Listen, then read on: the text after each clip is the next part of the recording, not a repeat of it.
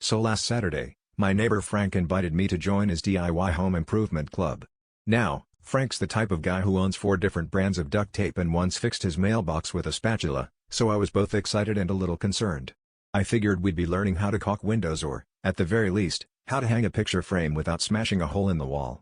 He told me to bring my can-do attitude and something I don't mind breaking, which, in hindsight, feels like a red flag I completely ignored. When I showed up, it was just Frank in his living room in a bathrobe, surrounded by what looked like the remains of an IKEA clearance sale. There were Allen wrenches everywhere and a TV displaying a paused YouTube video titled 10 Epic DIY Fails. Frank handed me an unopened bookshelf kit and said, "You're up, champ." I thought, okay, maybe this is one of those learn-by-doing situations. So I got to work, sweating over Swedish instructions that might as well have been ancient runes, while Frank started recording on his phone and offered helpful advice like, "Have you tried turning the shelf upside down?" About an hour later, I had assembled what could generously be described as modern art. One shelf pointed north, another pointed west, and the whole thing teetered like a newborn giraffe.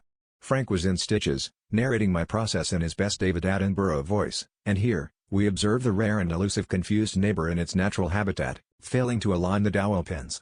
At some point, my left sock got stuck in the bottom panel, and Frank suggested we just list the whole thing as an abstract coffee table on Craigslist. So now, apparently, I'm the unwitting star of Frank's YouTube series called How Not to Assemble a Bookshelf. The video already has 2,000 views, a cameo from my cat knocking over the instruction manual, and the top comment is, "At least he's got shelf confidence."